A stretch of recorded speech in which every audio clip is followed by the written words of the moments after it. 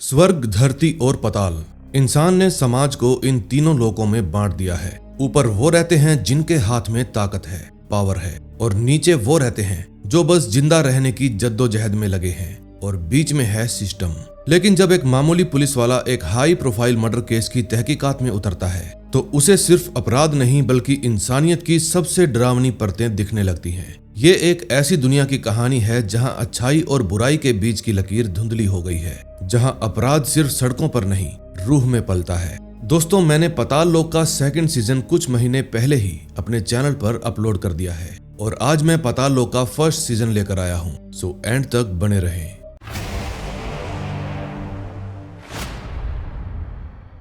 First episode में हम inspector Hathiram Chaudhary को देखते हैं जो रात को दिल्ली के जमुना पार थाना क्षेत्र में अपनी टीम के साथ राउंड पर निकले हैं। हाथीराम के साथ उनका जूनियर इमरान अंसारी भी है जो सब इंस्पेक्टर की ट्रेनिंग पर है। इसी दौरान एक घरेलू हिंसा की शिकायत आती है। हाथीराम जब वहां पर पहुंचता है तो देखता है कि पति पत्नी के बीच झगड़ा हो रहा है।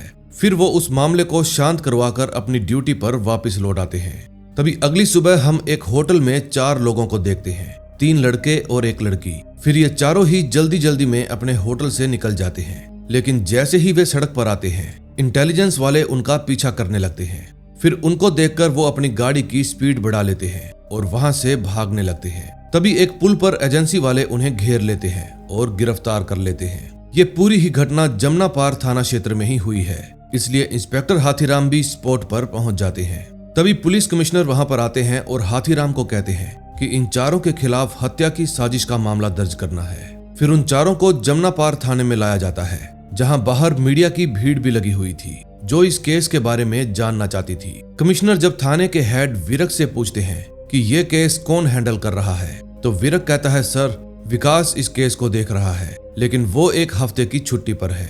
फिर कमिश्नर साहब आदेश देते हैं कि हमारे पास इतना वक्त नहीं है, ये केस हाथीराम को दे दो। फिर विरक आपत्ति जताते हुए कहता है कि सर हाथीराम ने आज तक ऐसे हाई प्रोफाइल केस हैंडल नहीं किए, वो इसे संभाल नहीं पाएगा। लेकिन कमिश्नर साहब जवाब देते हैं, ये ओपन एंड शट केस है, हमारे पास ज्यादा समय नहीं है, केस हाथीराम को दे दो। हाथीराम को अपनी लाइफ में कभी भी कोई भी बड़ा केस नहीं मिला था और इसी वजह से उसका प्रमोशन भी नहीं हो पाया था। लेकिन इस बार जब उसे ये हाई प्रोफाइल केस मिलता है तो वो बहुत ही खुश हो जाता है। उसे लगता है कि अगर वो इस केस को सुलझा लेगा तो उसका करियर भी ऊंचाई पर पहुंच जाएगा। फिर कमिश्नर साहब हाथीराम को बताते हैं कि ये चारों लोग संजीव मेहरा नाम के एक बड़े पत्रकार की हत्या की साजिश कर रहे थे। हमें इसकी सूचना एक गुमनाम कॉल से मिली थी, जिसके बाद हम तुरंत इन्हें पकड़ने के लिए निकल गए। अगले सीन में हम देखते हैं संजीव अपनी कॉलीग के साथ बैठा हुआ था जो कि चिंता में लग रहा था। दरअसल संजीव मेहरा एक बड़े न्यूज चैनल का चीफ एडिटर है, लेकिन फिलहाल इसकी नौकरी खतरे में है क्योंकि इसकी लोकप्रियता पहले जैसी नहीं रही। जब संजीव न्यूज देखता है तो उसे पता चलता है कि कोई उसे मारना चाहता था। फिर वो चौंक जाता है, लेकिन फिर वो अपने ऑफिस में सभी को कहता है कि आज इस मामले पर कोई स्टोरी नहीं चलेगी। फिर कुछ देर बाद वो अपने घर लौट आता है। दूसरी तरफ हाथीराम और अंसारी गिरफ्तार किए हुए चारों आरोपियों की तलाशी लेते हैं और उनसे पूछताछ शुरू कर देते हैं। फिर पूछताछ में उन्हें उन चारों का नाम पता चलता है, जो कि विशाल त्यागी, तोप सिंह और कबीर, और जो साथ में उनके लड़की थी उसको सब चीनी बुलाते थे। फिर हाथीराम सभी आरोपियों से कई सवाल करते हैं, लेकिन वो चारों आरोपी एक भी सवाल का जवाब नहीं देते।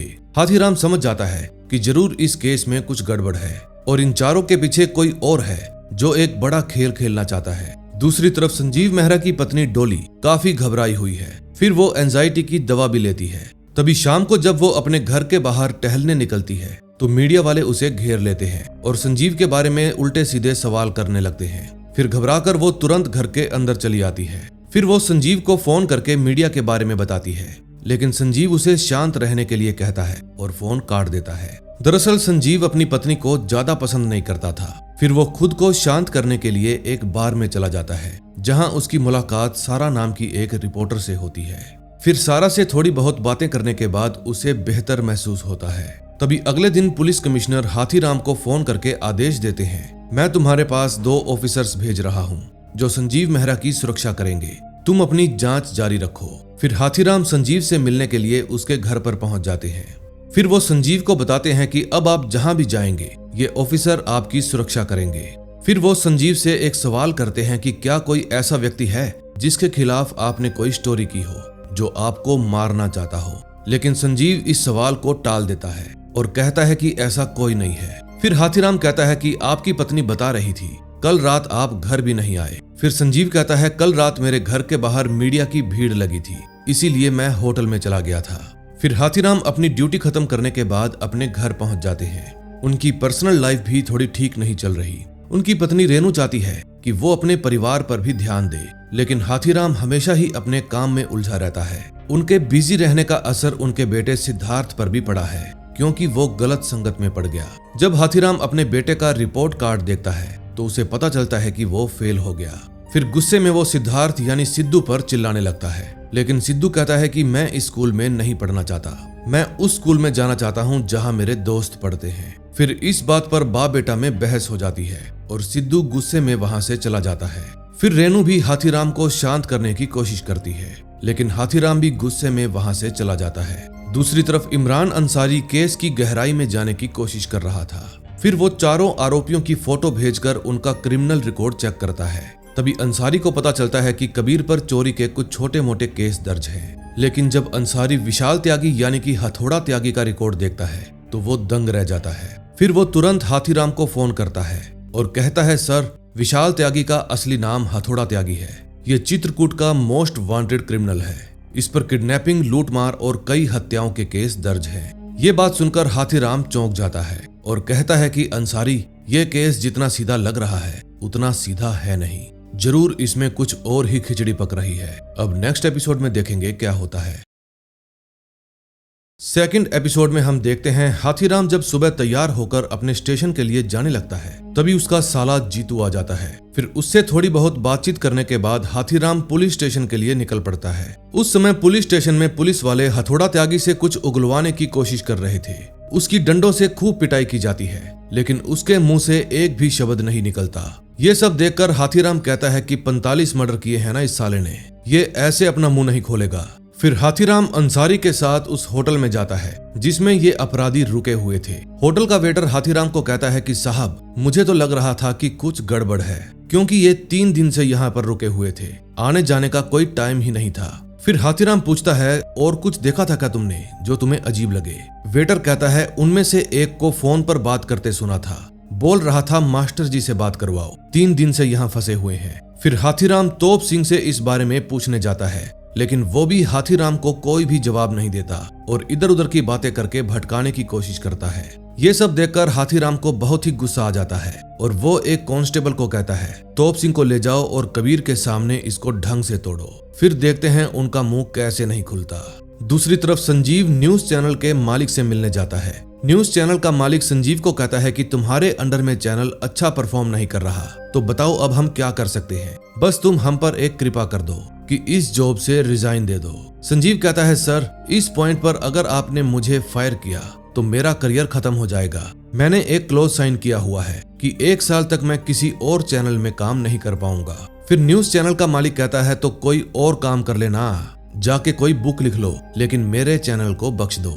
दूसरी तरफ हाथीराम कबीर से पूछताछ करने के लिए जाता है और पूछता है कि कबीर, एम का क्या मतलब है? एम की फुल फॉर्म क्या है? क्या छुपाना चाहता है तू हमसे कि तू एक मुसलमान है? लेकिन कबीर उसकी बात का कोई भी जवाब नहीं देता।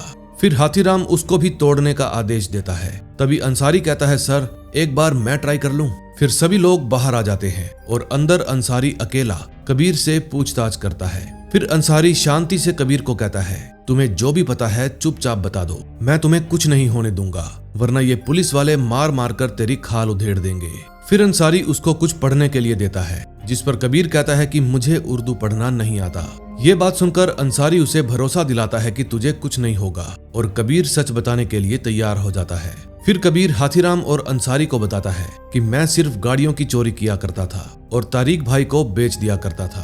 तारिक एक मोटर मैकेनिक है। एक दिन तारिक भाई ने मुझे एक गाड़ी चुराने का काम दिया और इन लोगों के साथ रहने को कहा। मुझे बस 3-4 दिन इन लोगों के साथ रहना था, जहाँ ये जाए मुझे इनके साथ जाना था।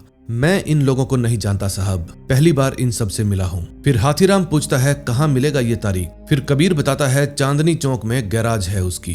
फिर हाथीराम और अंसारी चांदनी चौक में तारिक के गैरेज में जाते हैं। फिर वहां जाकर उन्हें पता चलता है कि तारिक 2 दिन से गैराज पर आया ही नहीं। फिर वापस आकर हाथीराम फिर से कबीर से पूछता है कि उन लोगों के साथ कहां जाने को कहा गया था तुम्हें। कबीर कहता है कि संजीव मेहरा का पीछा करना था सर, हमें उस पर नजर रखनी थी, लेकिन त्यागी ये काम नहीं कर रहा था। वो फोन पर किसी को कह रहा था कि मास्टर जी से बात करवाओ, तभी हम ये काम करेंगे। जब बात हुई तो त्यागी ने मुझे कहा चलो हमें दिल्ली से निकलना है। फिर हाथीराम कहता है मतलब जिस दिन तुम पकड़े गए तुम लोग दिल्ली से बाहर जा रहे थे।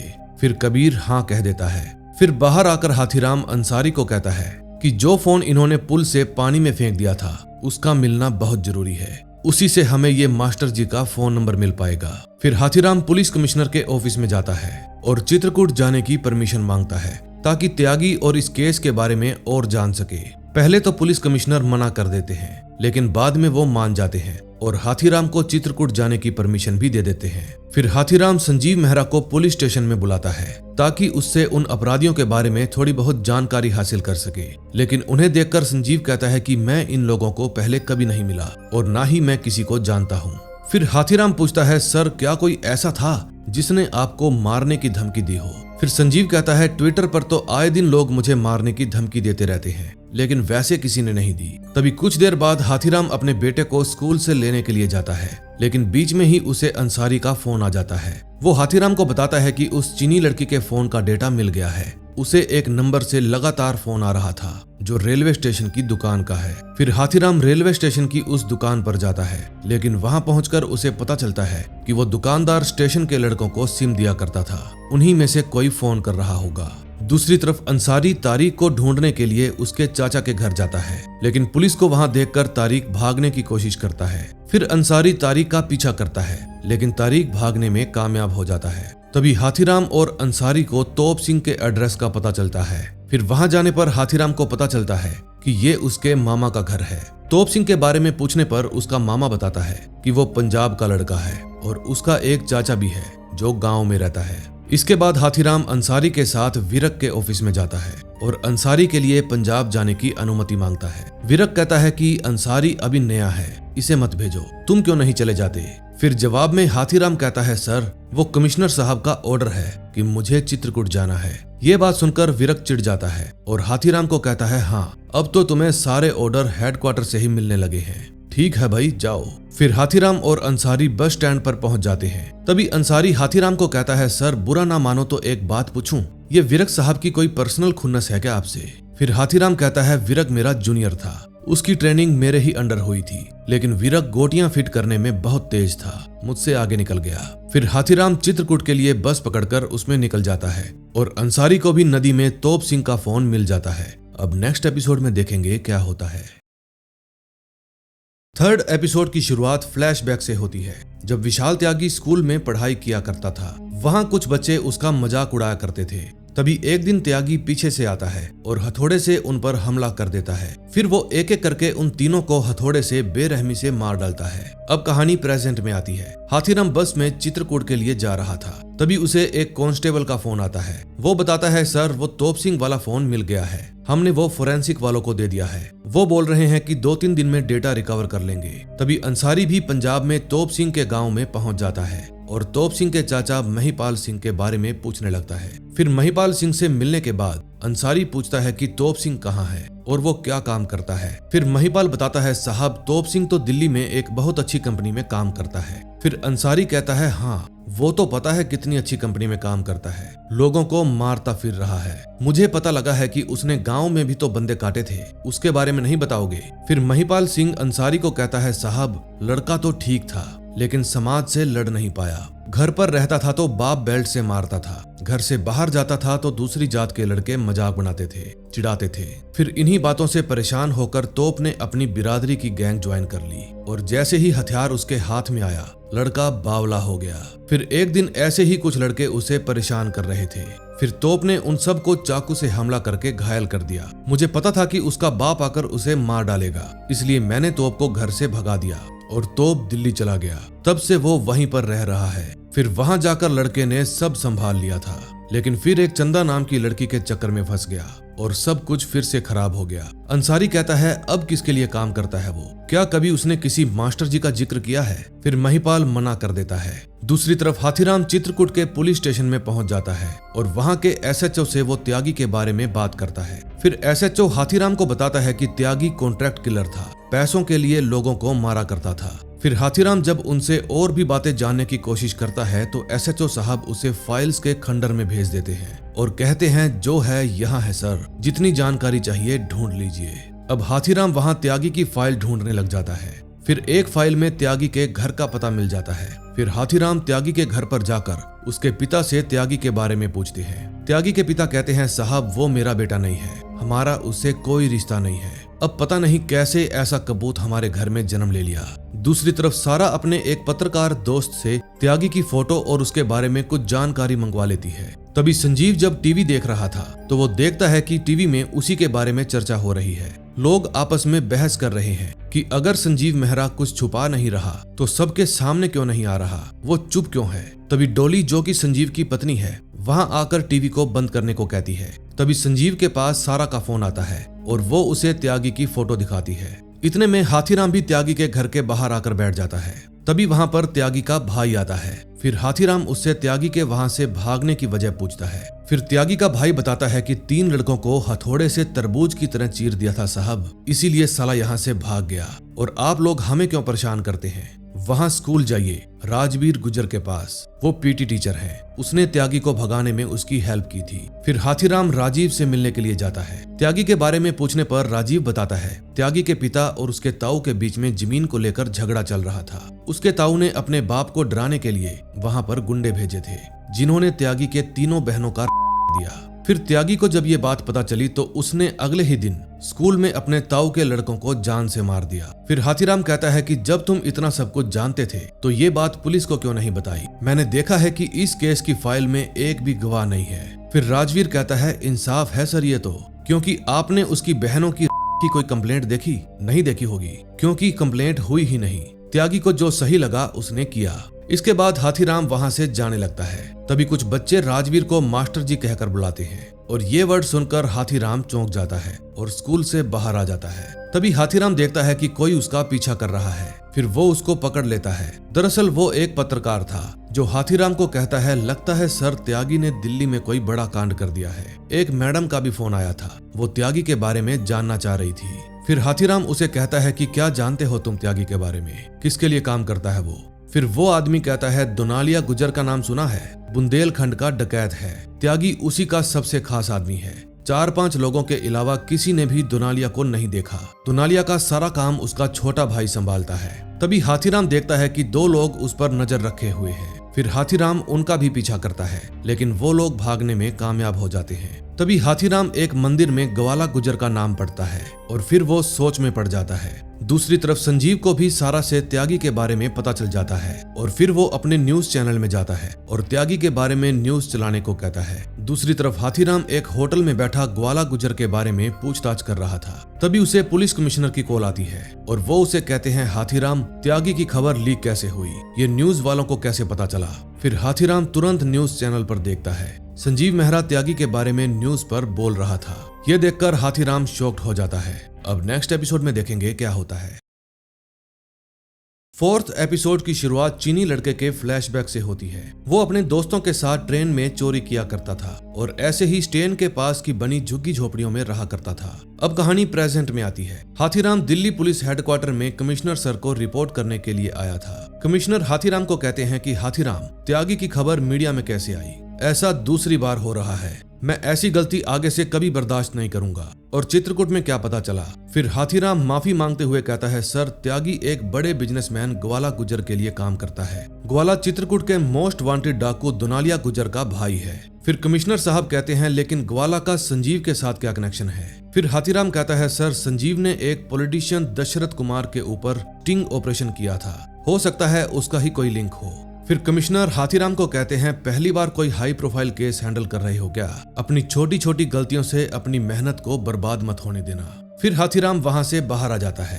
तभी उसे पता चलता है कि अंसारी का यूपीएससी में सिलेक्शन हो गया। फिर वो अंसारी को कांग्रेचुलेशन कहता है। तभी अंसारी हाथीराम को बताता है कि सर, तोप सिंह की गर्लफ्रेंड चंदा के बारे में पता चल गया है, उससे मिलकर शायद हमें कुछ और भी पता चल जाए। फिर हाथीराम चंदा को ढूंढने के लिए कहकर संजीव से मिलने चला जाता है। फिर हाथीराम संजीव से मिलकर उसे कहता है कि इन्वेस्टिगेशन में तो तू त्यागी को आइडेंटिफाई करने से मना कर रहा था, फिर ये न्यूज कैसे बाहर आ गई? मना किया था ना कि तुम इस केस से रिलेटेड कोई भी बात नहीं करोगे। फिर संजीव कहता है हम न्यूज वाले हैं, मैं बस अपना काम कर रहा था। हाथीराम को ये बात सुनकर बहुत गुस्सा आता है, लेकिन वो कुछ भी नहीं कर पाता। तभी उसे एक लेडी कांस्टेबल का फोन आता है और वो बताती है कि जो चीनी लड़की है वो लड़की नहीं बल्कि लड़का है। अब हाथीराम पहले से ही गुस्से में था, इस बात से उसे और भी गुस्सा आ जाता है। फिर वो सीधा चीनी लड़के के पास जाता है और उसकी खूब धुलाई करता है। वो उसकी इतनी पिटाई करता है कि वो लड़का बेहोश हो जाता है। फिर थोड़ी देर बाद जब उसे होश आता है तो वो हाथीराम को बताता है, सर, मुझे मुकेश तलरेजा ने काम दिया था, वो एक बिल्डर है, उसने कहा था कि इस काम के 2 लाख रुपए देगा, मुझे बस 3-4 दिन के लिए इन लोगों के साथ रहना था। ये बात सुनते ही हाथीराम तुरंत तलरेजा से मिलने के लिए निकल पड़ता है। फिर पूछने पर तलरेजा हाथीराम को बताता है कि चीनी से वो नोएडा के एक मसाज पार्लर में मिला था, फिर मुझे वो पसंद आ गया, इसलिए मैं उसे छोटे मोटे काम दे दिया करता था। हाथीराम कहता है कि कातिलों के साथ रहने का काम भी दिया था क्या? फिर तलरेजा कहता है, ऑफिसर, तुम एक किन्नर की बात का भरोसा कर रहे हो, वो झूठ बोल रही होगी, जाइए आप यहाँ से और अगली बार आओ तो वारंट लेकर आना। तभी हाथीराम को एक फोन आता है और फिर वो अंसारी के साथ तुरंत वहाँ से निकल जाता है। दरअसल पुलिस वालों को तारिक की लाश एक नाले के पास से मिली थी। फिर अंसारी तारिक को देखकर पहचान जाता है। तभी हाथीराम तारिक की बॉडी को देखता है और कहता है कि किसी ने गला दबाकर मारा है इसे, इसकी बॉडी को फोरेंसिक भेज दो। अगले सीन में हम देखते हैं मीडिया वालों का एक अवार्ड फंक्शन चल रहा था, जहां संजीव मिस्टर सिंह से मिलता है। मिस्टर सिंह संजीव को कहते हैं कि अगले हफ्ते एक अनाउंसमेंट है, अगर तुमने साथ दिया तो तुम्हारा इस्तीफा लगेगा, नहीं तो हमें तुम्हें फायर करना पड़ेगा। फिर जवाब में संजीव कहता है कि मुझे भी आपके कुछ राज पता है, जो बाहर आ गए तो आपको दिक्कत हो जाएगी, अब आगे आप खुद समझदार हैं। फिर संजीव मिस्टर कपूर से मिलने जाता है, जो मीडिया वर्ल्ड की जानी मानी हस्ती है। फिर मिस्टर कपूर संजीव को अपने ऑफिस में मिलने का ऑफर देते हैं और अपना कार्ड देकर वहां से चले जाते हैं। तभी हाथीराम को पता चलता है कि तोप सिंह के फोन का डेटा रिकवर हो गया है। फिर उसको देखने के लिए वो अंसारी के साथ पुलिस स्टेशन जाते हैं। वहां ऑपरेटर उन्हें बताता है कि सर, फोन में एक वीडियो मिला है जो उन्होंने संजीव मेहरा पर नजर रखते हुए बनाया था और सिम कार्ड में एक ही नंबर से बार बार कॉल आया और गया है। उसमें एक और नंबर भी था जिस पर कॉल किया गया है, लेकिन कनेक्ट होने से पहले ही काट दिया गया।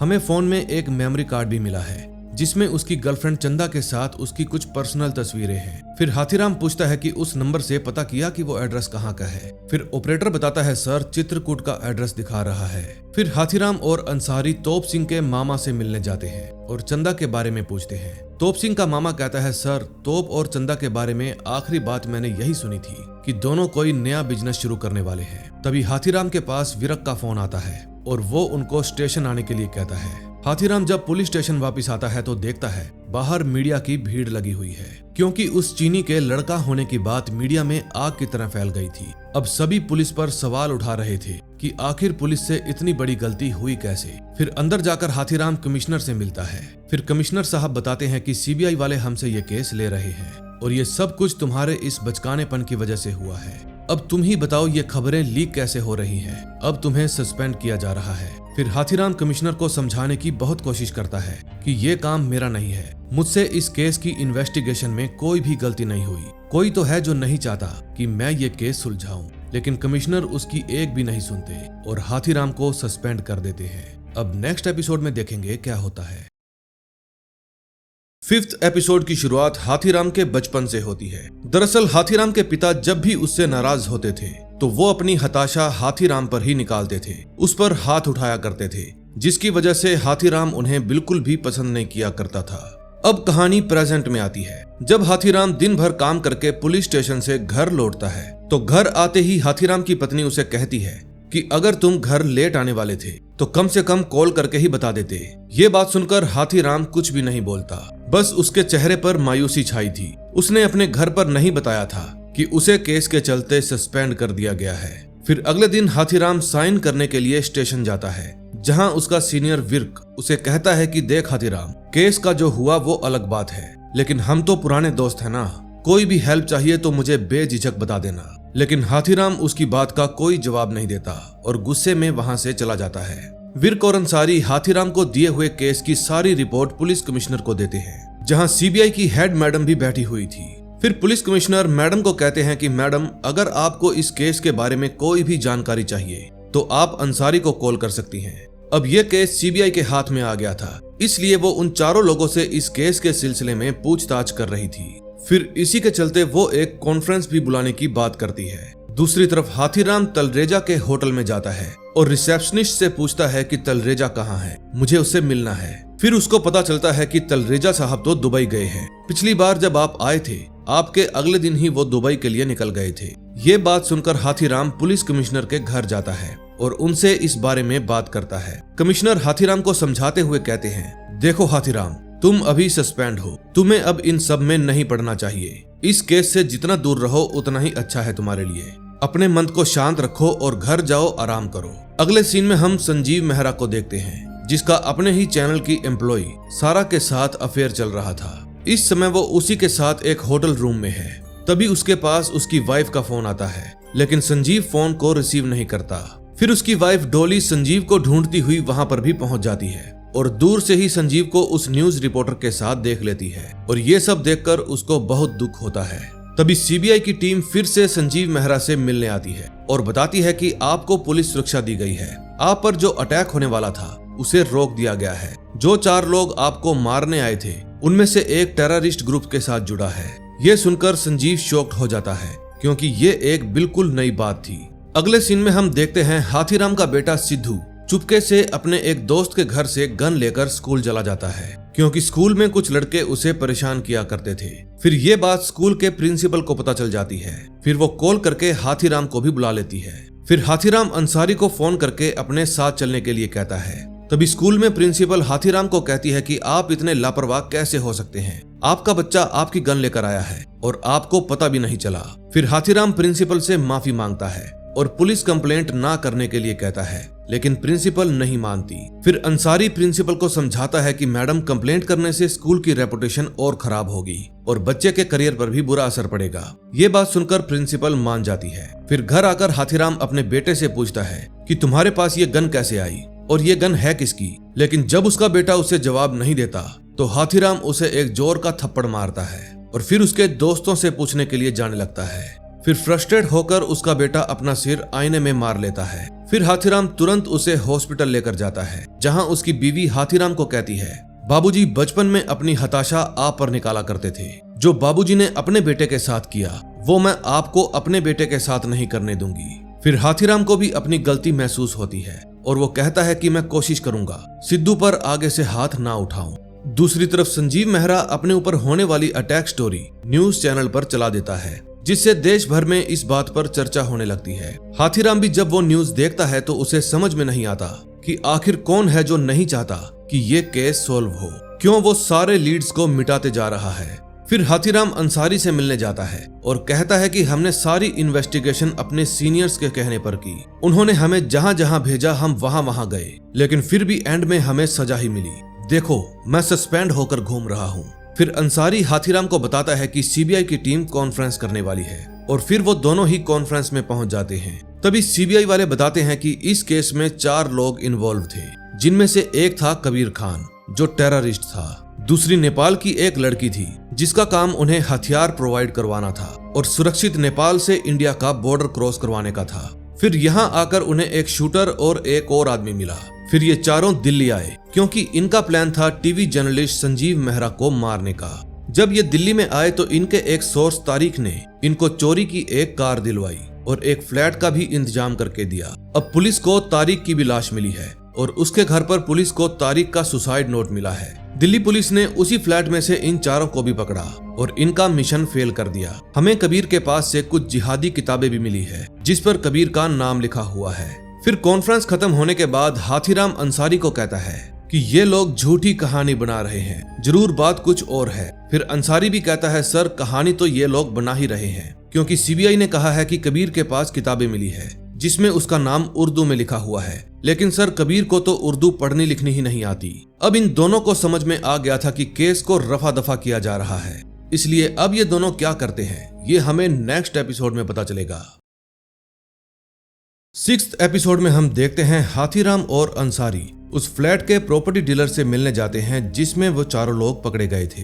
फिर वो आदमी बताता है, साहब मैंने तो पूरा एग्रीमेंट बनवाकर मकान किराए पर दिया था, मुझे क्या पता था ये लोग कोई गलत काम करने आए हैं। फिर हाथीराम वहां लगे सीसीटीवी कैमरे को नोटिस करता है और अंसारी को कहता है, अगर एग्रीमेंट हुआ है तो सीसीटीवी कैमरे में फुटेज होगी, इसलिए अब तो वो फुटेज हमें देखनी ही पड़ेगी। तभी हाथीराम को एक फोन कॉल आता है। दूसरी तरफ से आवाज आती है कि टीवी पर जो ये सब उस लड़की को नेपाली बता रहे हैं, दरअसल वो नेपाली नहीं है, वो यहीं की है। अगर आप और जानना चाहते हैं तो दिल्ली रेलवे स्टेशन पर आकर मिलिए। फिर हाथीराम तुरंत अंसारी के साथ रेलवे स्टेशन के लिए निकल जाता है, जहां उसे एक आदमी मिलता है। वो हाथीराम को बताता है कि मैं उसे बचपन से जानता हूँ, हम सब उसे चीनी बुलाते थे।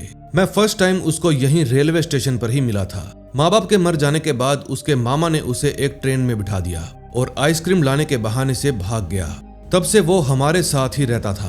फिर वो बताता है कि शाकाल नाम का एक आदमी बच्चों के साथ गलत काम किया करता था। फिर शाकाल को वो चीनी भी पसंद आ गया, इसलिए शाकाल उसके साथ गलत काम किया करता था। फिर एक दिन गैंगवार में शाकाल की मौत हो गई। फिर वो चीनी एक मसाज पार्लर में काम करने लगा और फिर वहां उसकी मुलाकात हुई तलरेजा से। फिर वो तलरेजा के लिए काम करने लगा और उसका माल इधर उधर पहुंचाने लगा। फिर हाथीराम उससे पूछता है कि पिछले महीने की 12 तारीख को वो चीनी कहाँ थी। फिर वो आदमी जवाब देता है कि मुझे नहीं पता साहब, लेकिन हम रेलवे स्टेशन पर रहने वाले लोग हैं, हमारा पाकिस्तान नेपाल से कोई रिश्ता नहीं है, प्लीज आप चीनी को बचा लो साहब। अगले सीन में हम देखते हैं सिद्धू के दोस्त के पास उसका बॉस अपनी गन मांगने आता है, लेकिन गन उसके पास नहीं थी। फिर वो उसको धमकी देकर चला जाता है। तभी ये देखकर सिद्धू हाथीराम के पास जाता है और कहता है, पापा वो गन दे दीजिए, मैं वो गन जहां से लेकर आया था चुपचाप वहां जाकर रख दूंगा। फिर हाथीराम कहता है, उसे मेरे सामने लेकर आ, मैं भी तो देखूं कौन बच्चों को गन चलाना सिखाता है। तभी हम देखते हैं कि संजीव महाराज जब अपने घर जाता है तो वहां उसकी पत्नी उसके करीब आने की कोशिश करती है, लेकिन संजीव कहता है कि मैं थका हुआ हूँ और अभी ये सब नहीं करना चाहता। फिर उसकी वाइफ अपनी दवाइयां ले लेती है, जिसके कारण थोड़ी देर में ही उसे नींद आ जाती है। तभी रात को हाथीराम और अंसारी उसी प्रॉपर्टी डीलर के ऑफिस में जाते हैं और ताला तोड़कर अंदर घुस जाते हैं। वो सीसीटीवी फुटेज चेक करते हैं और पता चलता है कि वो लोग 12 तारीख को वहां पर आए ही नहीं थे।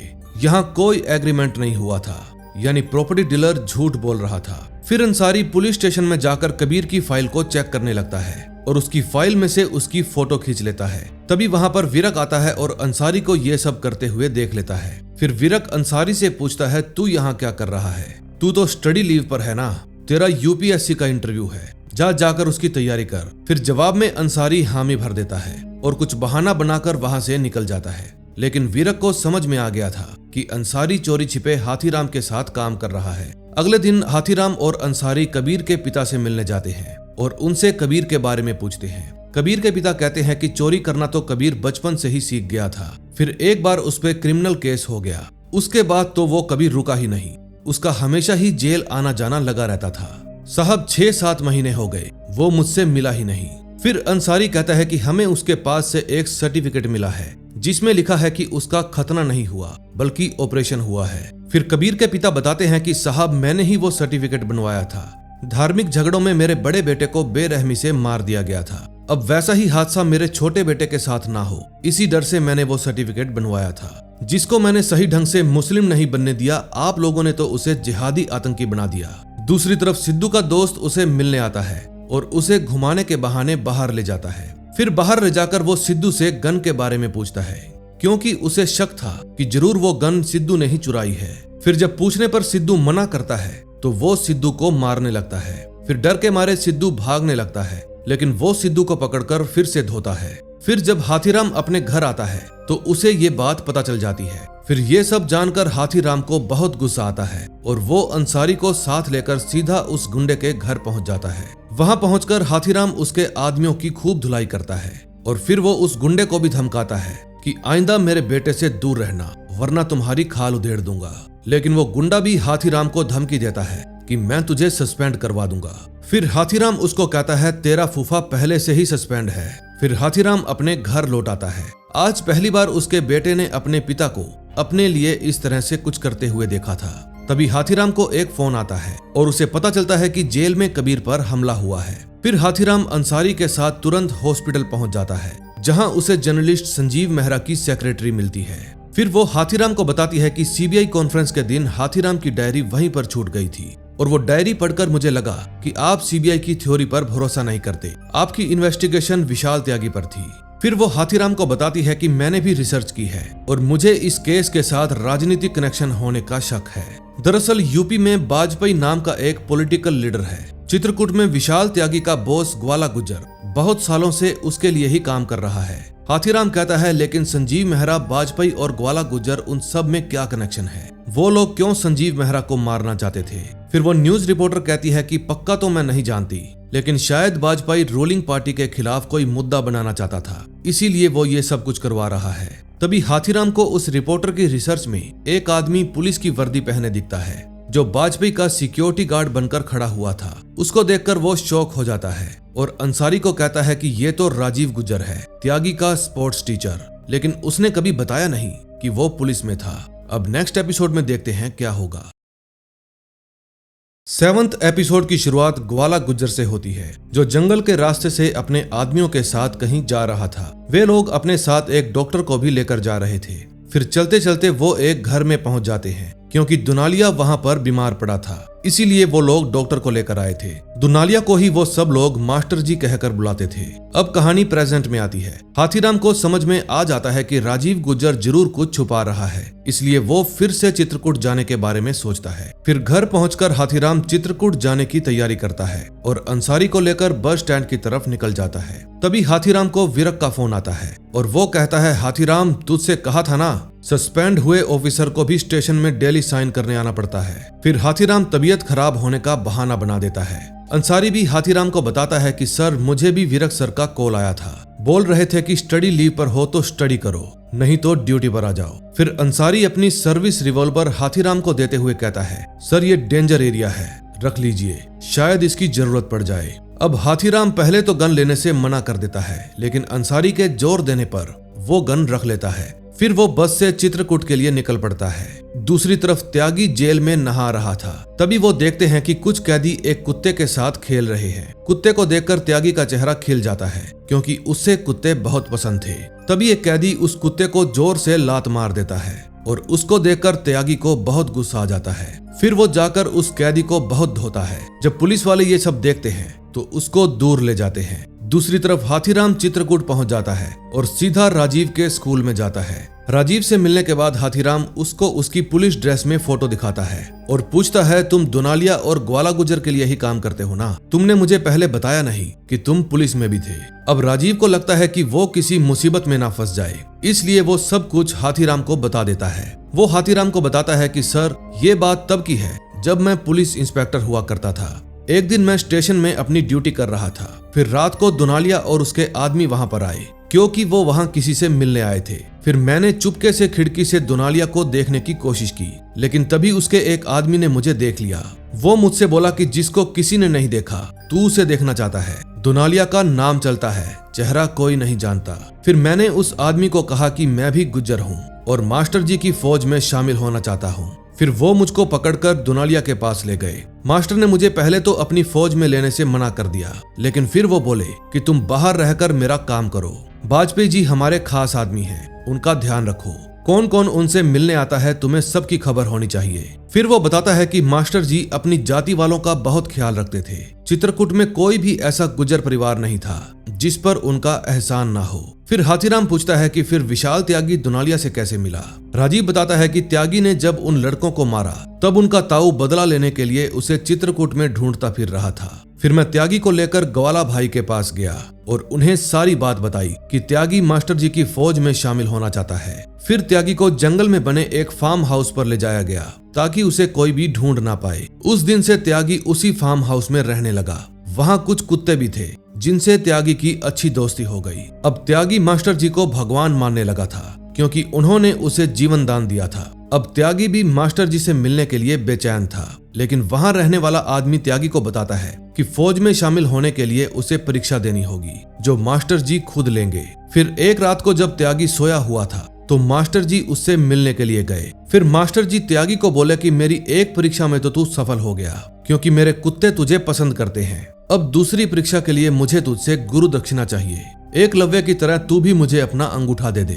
फिर त्यागी बिना कुछ सोचे तुरंत अपना अंगूठा हथौड़े से कुचल देता है, जिसके बाद मास्टर जी उसे अपनी फौज में शामिल कर लेते हैं। अब त्यागी भी फार्म हाउस में ही रहने लगा था। समय समय पर उसके पास एक फोटो आती थी जिसे उसको मारना होता था। इसी तरह वो मर्डर करता गया और स्कूल का विशाल त्यागी मास्टर जी की फौज का हथौड़ा त्यागी बन गया। फिर राजीव कहता है कि साहब मैं इतना ही जानता हूँ, इससे ज्यादा मुझे कुछ भी नहीं पता। मुझे नहीं पता कि त्यागी दिल्ली कैसे पहुँचा। फिर हाथीराम पूछता है कि ग्वाला गुज्जर कहाँ मिलेगा। फिर राजीव बताता है कि सर दरबार लगता है मास्टर जी का, लोग अपनी समस्याएं लेकर आते हैं वहाँ और ग्वाला भाई वहाँ पर उनकी हेल्प करते हैं। फिर जब हाथीराम वहाँ पर पहुँचता है तो उसे पता चलता है कि आज ग्वाला भाई को पूजा करने जाना है, इसलिए आज दरबार नहीं लगेगा। फिर हाथीराम उस न्यूज रिपोर्टर से मिलने जाता है जिससे वो पहले मिला था। वहाँ उसे पता चलता है कि उसके ऑफिस में तोड़फोड़ हुई है और वहाँ पर पुलिस भी आई हुई है। फिर वहाँ का इंस्पेक्टर हाथीराम को कहता है कि सर मैंने तो सुना है कि वो केस अब सीबीआई हैंडल कर रही है और फिर भी आप दोबारा उसी केस के सिलसिले में यहाँ आ गए, जान सकता हूँ क्यों। दूसरी तरफ संजीव मेहरा सारा से मिलने के लिए आता है, लेकिन सारा उसे इग्नोर कर देती है क्योंकि सारा संजीव से दूरी बनाना चाहती थी, क्योंकि अब उसे लगने लगा था कि जो भी उन दोनों के बीच में चल रहा है वो सही नहीं है। दूसरी तरफ हाथीराम ग्वाला गुज्जर की गाड़ी का पीछा करता है और जहाँ जहाँ वो जाता है हाथीराम चुपके से उस पर नजर रखने लगता है, लेकिन ग्वाला भाई का एक आदमी हाथीराम को नोटिस कर लेता है और उसे पकड़ने के लिए जाता है। ये देखकर हाथीराम वहाँ से भागने लगता है। फिर वो आदमी गन निकालकर हाथीराम के पीछे दौड़ता है, लेकिन जैसे तैसे हाथीराम उससे पीछा छुड़ाने में कामयाब हो जाता है। तभी हाथीराम को पुलिस कमिश्नर का फोन आता है। कमिश्नर पूछते हैं कहाँ हो हाथीराम। चित्रकूट के एसएचओ का फोन आया था विरक के पास और उसने तुम्हारे बारे में बता दिया है। विरक तुम पर इंक्वायरी कर रहा है, तुम सस्पेंड तो हो ही, एक और इंक्वायरी बैठ गई तो नौकरी चली जाएगी तुम्हारी। फिर हाथीराम कहता है सर आधी जिंदगी अपने बाप की नजरों में देखा है कि उनका बेटा नकारा है, अब मैं अपने बेटे की नजरों में वही सब नहीं देखना चाहता, मैं कुछ करके दिखाना चाहता हूँ। अब नेक्स्ट एपिसोड में देखते हैं हाथीराम क्या करके दिखाएगा। 8वें एपिसोड की शुरुआत वाजपेयी जी की रैली से होती है। आज शहर में वाजपेयी जी रैली निकाल रहे थे और रैली के बाद उनकी प्रेस के साथ मीटिंग भी होने वाली थी। फिर हाथीराम भी उस रैली में शामिल हो जाता है, जहां वो दो पत्रकारों को आपस में बात करते हुए सुनता है कि वाजपेयी जी की रैली है और ग्वाला गुज्जर कहीं भी नजर नहीं आ रहे। ऐसा तो कभी भी नहीं होता, जरूर उनके बीच कुछ हुआ है। वहीं दूसरी तरफ संजीव मेहरा सारा के इग्नोर करने पर चिढ़ा हुआ था, लेकिन सारा उसे कोई भी भाव नहीं दे रही थी। फिर वो सारा को एक लड़के से बात करता हुआ देखता है, जिसके कारण उसे जलन होने लगती है और फिर संजीव उसकी इंसल्ट करने की कोशिश करता है, लेकिन सारा संजीव को ऐसा करने नहीं देती। दूसरी तरफ वाजपेयी जी जब भाषण दे रहे थे तो हाथीराम उसी पत्रकार को देख लेता है जिसको वो पहले मिला था। वो पत्रकार हाथीराम को देखते ही भागने लगता है, लेकिन इसी हड़बड़ाहट में उसका कार्ड वहीं पर गिर जाता है और फिर हाथीराम उसको उठा लेता है। फिर हाथीराम उसी कार्ड की हेल्प से वाजपेयी जी की प्रेस मीटिंग में शामिल हो जाता है और मीडिया के सवाल जवाब सुनने लगता है। तभी वो देखता है कि वाजपेयी जी के सेक्रेटरी शुक्ला जी का उन्हीं की पार्टी की एक लड़की के साथ कुछ चल रहा है। फिर हाथीराम उसी लड़की का पीछा करता है जो कि एक होटल में जा रही थी। फिर हाथीराम छुपकर देखता है कि वो लड़की उस होटल के एक रूम में चली गई। तभी पीछे पीछे शुक्ला जी भी उसी रूम में चले जाते हैं। फिर हाथीराम उस रूम के नंबर को देखकर तुरंत रिसेप्शन पर आते हैं और अपने लिए एक रूम बुक करने को कहते हैं। फिर रजिस्टर में एंट्री करने के बहाने वो उस रूम नंबर की जांच करता है जिसमें चंदा के नाम से एंट्री की गई थी। फिर हाथीराम को ये सब समझते देर नहीं लगती कि ये तोप सिंह वाली ही चंदा है। फिर हाथीराम शुक्ला के जाने का इंतजार करते हैं। शुक्ला के जाने के बाद हाथीराम तुरंत चंदा के रूम में जाता है।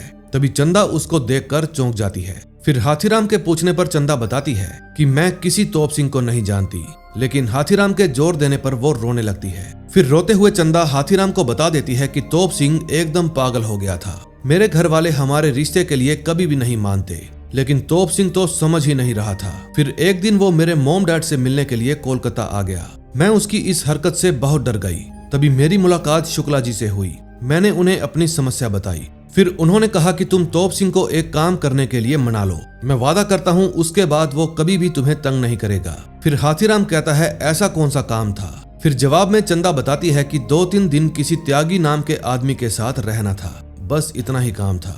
अगले सीन में हम देखते हैं अंसारी अपना यूपीएससी का मॉक इंटरव्यू दे रहा था, जहां उससे देश में माइनॉरिटी के बारे में सवाल पूछा जाता है। फिर अंसारी अपने हिसाब से जवाब दे देता है, लेकिन उसे इसके लिए मना कर दिया जाता है और कहा जाता है कि पॉलिटिकल क्वेश्चन का आंसर पॉजिटिव एटीट्यूड के साथ दिया करो। दूसरी तरफ हाथीराम होटल से निकलते ही अंसारी के पास फोन करता है और उसे पुलिस कमिश्नर भगत की कॉल रिकॉर्डिंग निकलवाने के लिए कहता है, क्योंकि वो जानना चाहता था कि कमिश्नर साहब को वो टिप कहां से और कैसे मिली थी।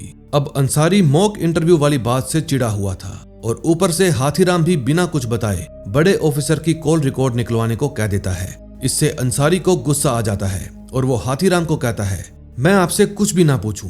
हाँ सर, कुछ भी पूछूं नहीं, बस जैसा कहा जाए सर नीचा करके वैसा सुनता जाऊं। हाथीराम कहता है, सॉरी यार, मैं भूल गया था, अगर ये बात कमिश्नर सर को पता चल गई तो तेरी नौकरी भी जा सकती है। दूसरी तरफ संजीव जब अपने घर जाता है तो उसे पता चलता है कि उसकी वाइफ डॉली ने एक स्ट्रीट डॉग को अडॉप्ट कर लिया था। ये सब देखकर संजीव डॉली को कहता है कि तुम्हें पता है ना, मुझे डॉग से एलर्जी है, फिर भी तुम इसे घर ले आई।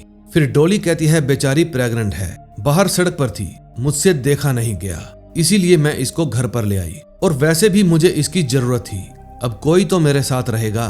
दूसरी तरफ हाथीराम रात को अपने होटल के कमरे में बात कर रहा था।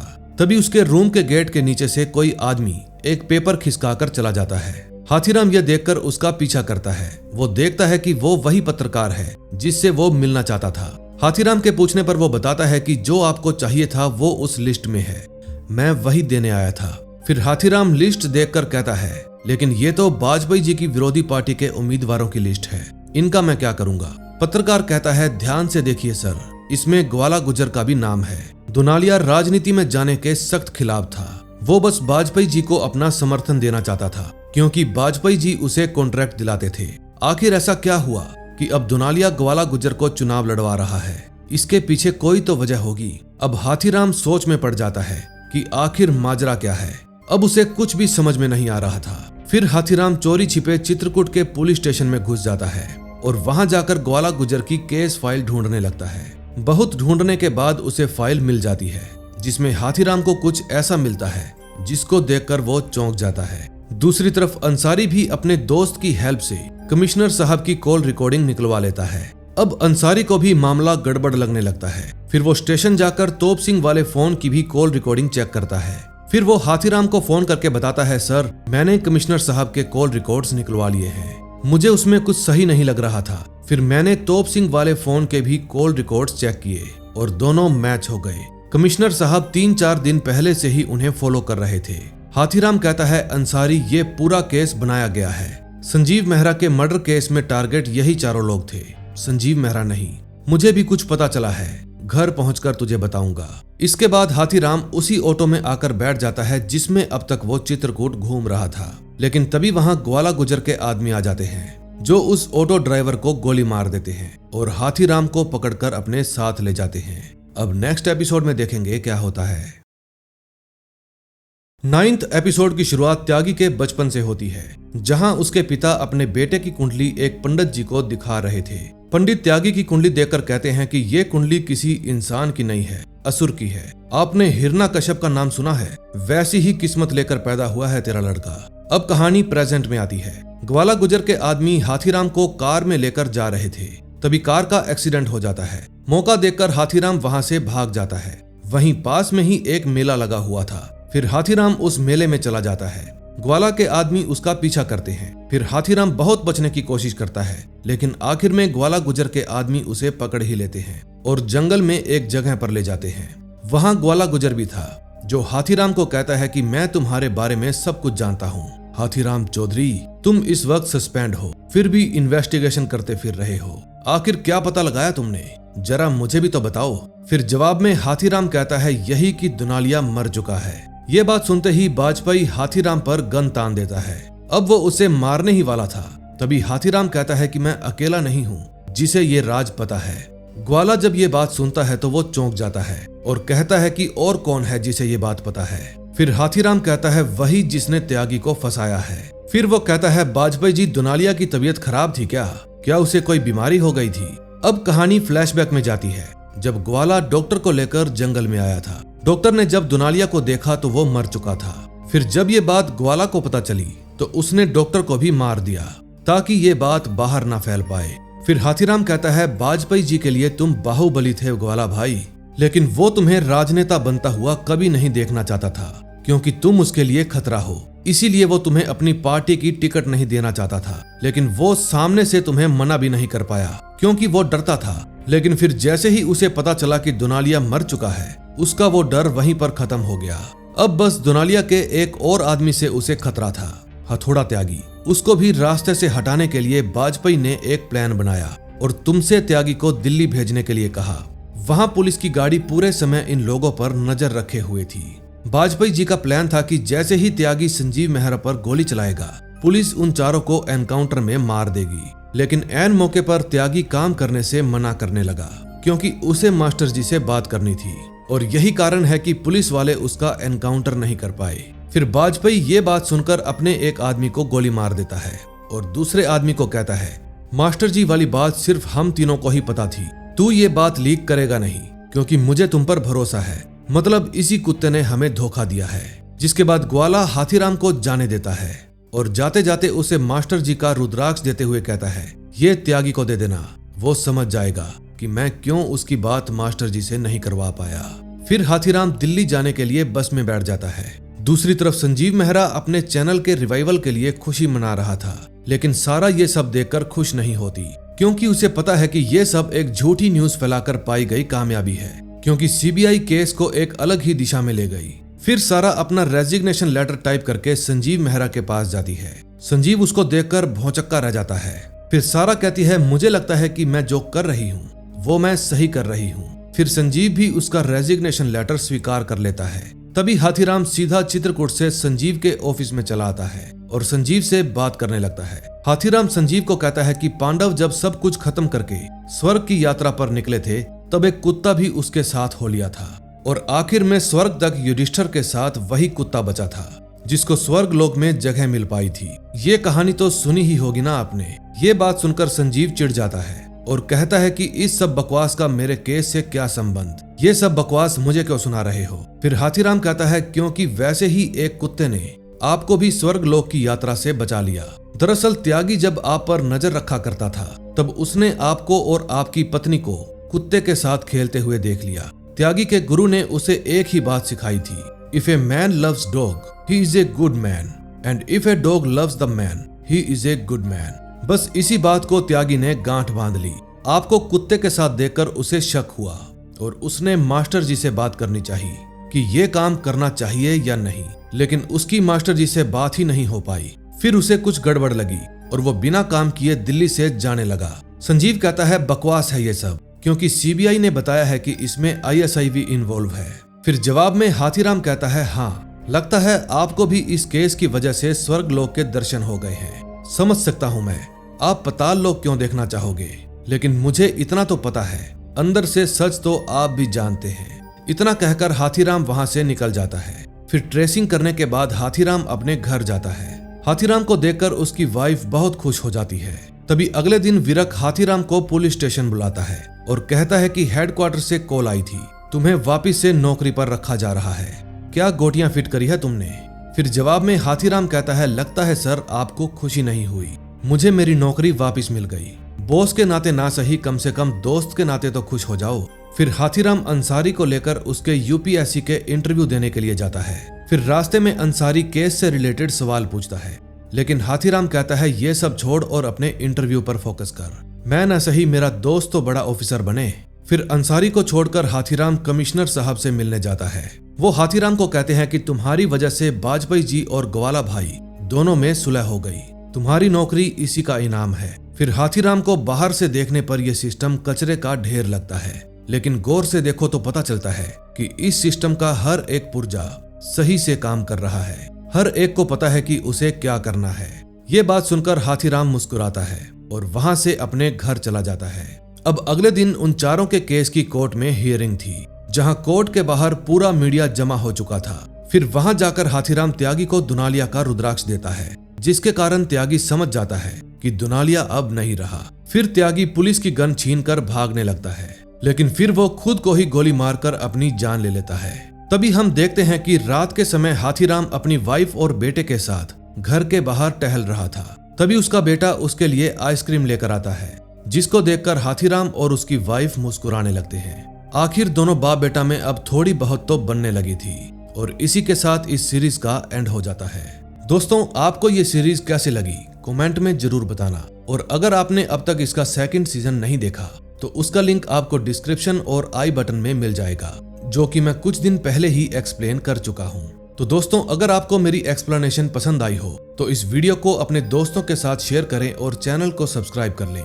हम मिलेंगे ऐसी ही और मजेदार सीरीज के साथ। Till then, bye bye.